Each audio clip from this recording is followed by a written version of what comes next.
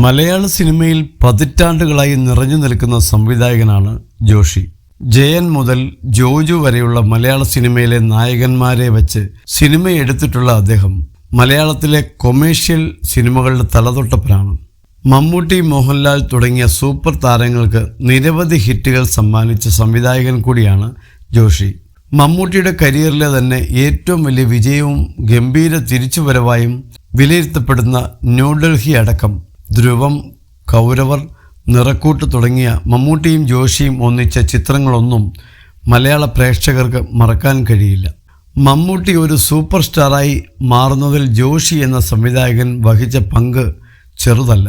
കരിയറിൻ്റെ തുടക്ക സമയത്ത് നിരവധി സംവിധായകരുടെ അടുത്ത് അവസരം ചോദിച്ചിട്ടുള്ള ആളാണ് മമ്മൂട്ടി. എന്നാൽ ഭാഗ്യത്തിന് തന്നെ തേടി മമ്മൂട്ടി വന്നിട്ടില്ല എന്നാണ് ജോഷി പറയുന്നത്.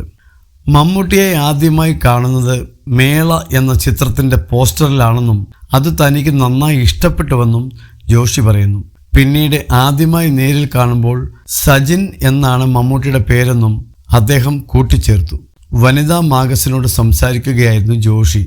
ഭാഗ്യത്തിന് എന്നെ കാണാൻ മമ്മൂട്ടി വന്നിട്ടില്ല. മമ്മൂട്ടിയുടെ പടമുള്ള മേള എന്ന സിനിമയുടെ പോസ്റ്ററാണ് ഞാൻ ആദ്യം ശ്രദ്ധിക്കുന്നത്. മമ്മൂട്ടി ബുള്ളറ്റ് ഓടിച്ചു വരുന്ന പടമായിരുന്നു പോസ്റ്ററിൽ. ഇയാൾ കൊള്ളാമല്ലോ എന്ന് അന്നേ തോന്നി.